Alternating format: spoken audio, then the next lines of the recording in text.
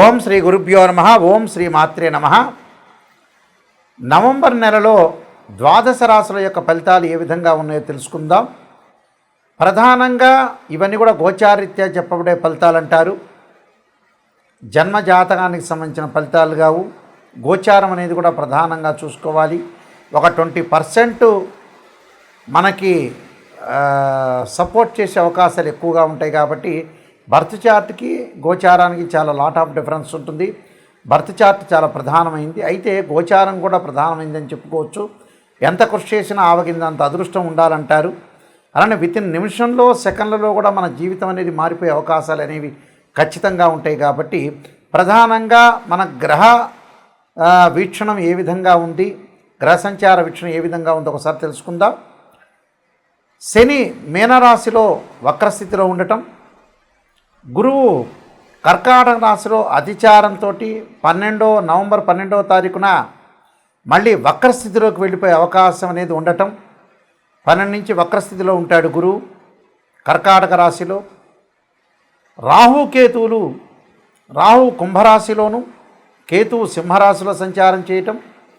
బుధుడు వక్రస్థితిలో ఉంటాడు నవంబర్ 10 నుంచి మరి 23 వరకు కూడా వృశ్చిక రాశిలోను, 23 తర్వాత మళ్ళీ తులారాశిలో సంచారం చేయటం. కుజుడు వృశ్చిక రాశిలో సంచారం చేయటం, శుక్రుడు తులారాశిలో సంచారం చేయటం 25 వరకు కూడా, మళ్ళీ 26 నుంచి వృశ్చిక రాశిలోకి సంచారం చేయటం.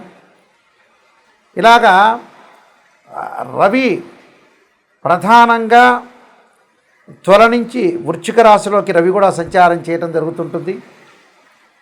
మరి ఈ గ్రహగమన గతులన్నీ కూడా మనం చూసుకునేటట్లయితే నవంబర్ మాసంలో ఎలాంటి ఫలితాలు జరగబోతున్నాయి, గోచారీత్యా చాలా జాగ్రత్తగా ఎలాంటి ఫలితాలు జరుగుతున్నాయో చూసి దానికి ప్రత్యేకంగా పరిహారాలు చేసుకొని ముందుకు వెళ్తే మనకి మంచి జరిగే అవకాశం ఖచ్చితంగా ఉంటుంది. ధనస్సు రాశి వాళ్ళకి ఏ విధంగా ఉండబోతుంది?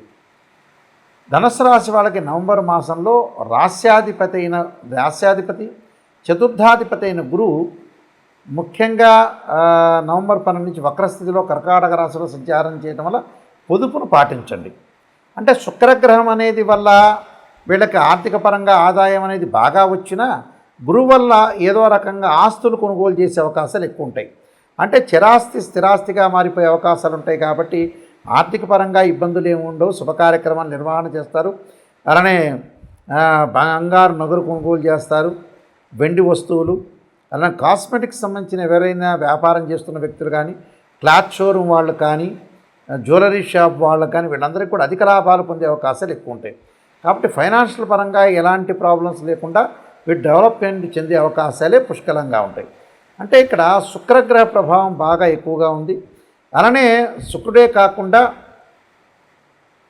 ఏదైతే ఈ రాశి వాళ్ళకు వచ్చేటప్పుడు వ్యయస్థానంలో కుజుడు యొక్క ప్రభావం వల్ల గ్రాస్పింగ్ పవర్ ఉంది కదా అని ఎక్కువగా మాట్లాడితే కూడా కొంత ఇబ్బందులు కలిగే అవకాశాన్ని, బంధుమిత్రులతోటి స్నేహపూర్వకమైన వాతావరణంలో ఉండండి, స్నేహం చేయండి, అనవసరం వివాదాల వైపు వెళ్లకుండా ఉండటం మంచిది.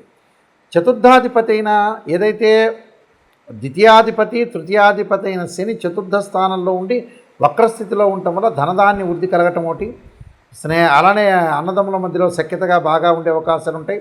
పిత్రార్జితం బాగా కలిసి రావటం. రాహు యొక్క ప్రభావం వల్ల కూడా కొన్ని ప్రత్యేకమైన పరిస్థితులు, నిష్ణాతులైన వ్యక్తులు, అధిక ప్రయాణాల వల్ల లాభాలు కలిగే అవకాశాలు ఎక్కువగా ఉంటాయి. కేతు యొక్క బలం వల్ల తీర్థయాత్రలు, పుణ్యక్షేత్రాలు తిరిగే అవకాశాలు ఎక్కువ ఉంటాయి. అలానే బుధుడి యొక్క ప్రభావం వల్ల నూతన వ్యాపారాలు కొనసాగించవచ్చు, వ్యాపారాలు పెట్టుబడి పెట్టచ్చు, ఎలక్ట్రానిక్ గూడ్స్, గృహ ఉపకరణ వస్తువులు కొనుగోలు చేసే అవకాశాలు ఎక్కువ ఉంటాయి. అధికంగా ప్రయాణాలు చేయటం, నిష్ణాతులైన వ్యక్తులతోటి కూడా వీళ్ళు కలయిక కలిగే అవకాశాలు ఎక్కువ ఉంటాయి. కాబట్టి ఇబ్బందికరమైన వాతావరణం లేదు.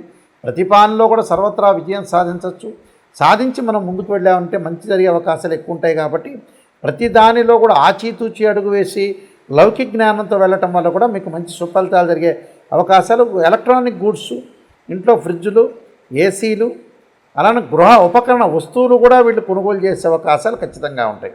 కాబట్టి మీరు మిగతా ఆరోగ్యపరంగా ఇబ్బంది మినహా మిగతావన్నీ కూడా అనుకూలంగా ఉంటాయి. కాబట్టి నేను చెప్పబోయే పరిహారాలు మీరు పాటించండి, మీకు మంచి జరిగే అవకాశం ఖచ్చితంగా ఉంటుంది. ప్రధానంగా ఈ నెలలో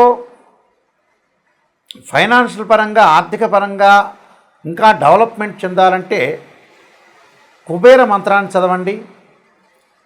అలానే బృహస్పతి యొక్క అనుగ్రహాన్ని పొందండి. ఓం యక్షాయ కుబేరాయ వైశ్రవణాయ ధనధాన్యాధిపతే ధనం ధాన్యం సమృద్ధిమే దేహిమే దాపైస్వ అనే మంత్రాన్ని చదవండి.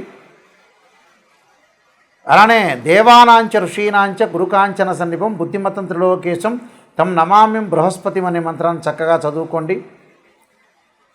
సుబ్రహ్మణ్య స్వామి అనుగ్రహానికి పొందడానికి తత్పురుషాయ విద్యే మహాసేనాయ ధీమే తన్నో షణ్ముఖ ప్రచోదయాత్ అనే మంత్రాన్ని చదవండి. అంటే వాహన ప్రమాదాలు అని ఆరోగ్యపరంగా ఇబ్బందులు కలగకుండా ఉండటానికి అంగారకుడి యొక్క గాయత్రి మంత్రాన్ని సుబ్రహ్మణ్య స్వామి యొక్క ఆరాధన చేయటం. ఉద్యోగపరంగా ఇబ్బందులు పడుతున్న వాళ్ళు ఖచ్చితంగా గోధుమలు దానం చేయండి. గోధుమలతో పాటు ఆదిత్యాయుజ్ఞే సహస్రకిరణాయ ధీమే తన్నో భాను ప్రచోదయాత్ అనే మంత్రాన్ని, సంతానం లేని వారు తప్పకుండా సంతాన పాశుపతాస్త్ర రుద్రాభిషేకము, సంతాన గోపాలకృష్ణ మంత్రం చదవండి.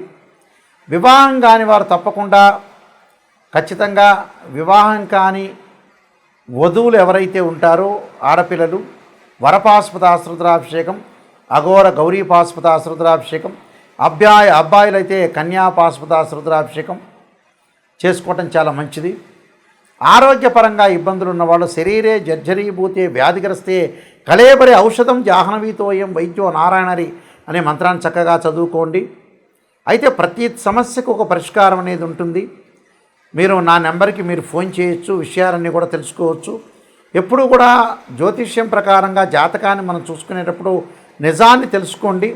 నిజాన్ని తెలుసుకొని మనం ముందుకెళ్తేనే ఆ నెగిటివ్లోంచే పాజిటివ్ వస్తుంది. కాబట్టి చాలా జాగ్రత్తగా ఆలోచన చేసి మీరు ముందుకు వెళ్తే మీకు మంచి సుఫలితాలు జరిగే అవకాశాలు ఉంటాయి. తప్పకుండా మీరు నాయకంటి మల్లికార్జున శర్మ బుక్స్ కొడితే నేను ఎన్నో నెంబర్ ఆఫ్ ఆస్ట్రాలజీ బుక్స్ రాశాను. కాలసర్పయోగము, కాలసర్పయోగ చంద్రిక, రాహుకేతులు, ఛాయాగ్రహాలు, అలానే స్వప్నశాస్త్ర ఫలదీపిక, పుత్రగణపతి వ్రతము, జాతక చంద్రిక, వివాహ మార్తాండము, అలానే బృహత్ పరిహార సింధు, సర్వదేవతా గోత్రపురులు, ప్రొడక్షన్ ఆఫ్ ఆస్ట్రాలజీ, అలానే నెంబర్ ఆఫ్ ఆస్ట్రాలజీ బుక్స్ రాశాను. ఆ బుక్స్ కూడా మీరు చదువుకోవచ్చు. తప్పకుండా మోహన్ పబ్లికేషన్ వాళ్ళ దగ్గర దొరుకుతాయి. మా దగ్గర కూడా ఈ పుస్తకాలన్నీ కూడా లభించే అవకాశం అనేది ఒకటి ఉంటుంది. ప్రతిదానికి కూడా ఒక పరిష్కారం. ఏదైనా సరే మీరు రాశి ఫలితాలు చూస్తున్న వ్యక్తులు ఎవరైనా ఉంటే వాళ్ళు తప్పకుండా నెగిటివ్ నుంచే పాజిటివ్ రండి. అయ్యో నాయకంటి గారు ఇలా చెబుతున్నారని బాధపడద్దండి. నిజాన్ని చెబుతాను. నిజం చెప్పడం వల్ల దానికి ఒక పరిష్కార మార్గం కూడా ఉంటుంది. ఒక రోడ్డు మీద ముళ్ళు ఉన్నాయి. ఆ ముళ్ళను తీసుకొని మనం ఎట్టి పరిస్థితుల్లో కూడా ముందుకు వెళ్ళాలంటే తప్పకుండా కొన్ని నియమాలని పాటించాలి. తప్పకుండా మీరు ఏదైనా ఉంటే నా కాంటాక్ట్ నెంబర్కి ఫోన్ చేయొచ్చు. ఇంకొక ముఖ్యమైన విషయం, www.nayakanti.com కానీ nayakanti.in కానీ మీరు చూడండి. ఒకసారి చూస్తే మీకు ఏదైనా విషయాలు తెలుసుకోవాలనుకున్నా నా కాంటాక్ట్ నెంబర్కి మీరు ఫోన్ చేసి తెలుసుకోవచ్చు. ఎట్టి పరిస్థితుల్లో కూడా తెలుసుకొని మీరు ముందుకు వెళ్ళచ్చు. నిజాన్ని తెలుసుకోండి. ఎందుకంటే వెల్ క్వాలిఫైడ్ పర్సన్ సంప్రదించండి. నిజాన్ని తెలుసుకోండి. ఈ కాలంలో భార్యాభర్తల యొక్క సమస్యలు, హెల్త్ పరంగా ఉండే సమస్యలు వస్తాయి. చాలామంది కూడా వధూవరుల యొక్క పొంతం చూసేటప్పుడు 18 గుణాలు వచ్చినా చూసుకుంటుంటారు. వాస్తవంగా అయితే గ్రహమైత్రి, రజ్జుదోషము, నాడీ దోషము, వేదాదోషము, శ్రీదీర్ఘకోటమి, తారాఫలం ఇవన్నీ కూడా చూసుకుంటుంటారు. కానీ ఇన్డెప్త్గా రాశిచక్రము, భావచక్రము, నవాంశం చాలా ఇంపార్టెంటు. ఇది వివాహానికి. అలానే సంతానం కలగలేదంటే రాశిచక్రము, భావచక్రము, సప్తమాంశం చూడాలి. ఉద్యోగపరంగా ఇబ్బందులు కలుగుతున్నాయంటే రాశిచక్రము, భావచక్రము, దశమాంశ చక్రాన్ని చూడాలి. ఇలా మనకి D16 చార్ట్స్ చాలా ఉన్నాయి. ఇలాంటివన్నీ కూడా మ్యాథమెటికల్గా క్యాలిక్యులేషన్ చేసి ఉచ్చ, నీచ, ద్వాదశ భావాలు, రాశ్యాధిపతులు, ఏదైతే ఆ గడిలో ఉన్న ప్లానెట్, ఇవన్నీ కూడా ఎన్నో మనం జాతకపరంగా ఎన్నో ఎనాలిసిస్ చేసి మాత్రమే జాతకాన్ని చెప్పాలి. కానీ మిడిమిడి జ్ఞానంతో చెప్పేవాళ్ళు ఎప్పుడూ కూడా చాలామంది కూడా పొరపాటు పడుతున్నారు. నిజాన్ని తెలుసుకోండి. ఎవరైనా సరే నా దగ్గరికి వచ్చేవాళ్ళు జాతకాన్ని సంప్రదించండి. జాతకాన్ని సంప్రదించేటప్పుడు తప్పకుండా ఒక వాయిస్ రికార్డింగ్ అనేది పెట్టుకోండి. సహజంగా కుజదోషం అంటారు. 2, 4, 7, 8, 12 స్థానాల్లో కుజదోషం అనేది ఉంటుంది. కొన్ని నక్షత్రాలకు ఎగ్జంప్షన్ ఉంటుంది, కొన్ని లగ్నాలకు ఎగ్జంప్షన్ ఉంటుంది, కొన్ని రాశులకు కూడా కుజదోషం అనేది వర్తించదు. అలానే శుక్రదోషం కానీ, కుజదోషం కానీ, రవిదోషం కానీ రకరకాల దోషాలు ఉంటాయి. కానీ బర్త్ చార్ట్ చాలా ముఖ్యం.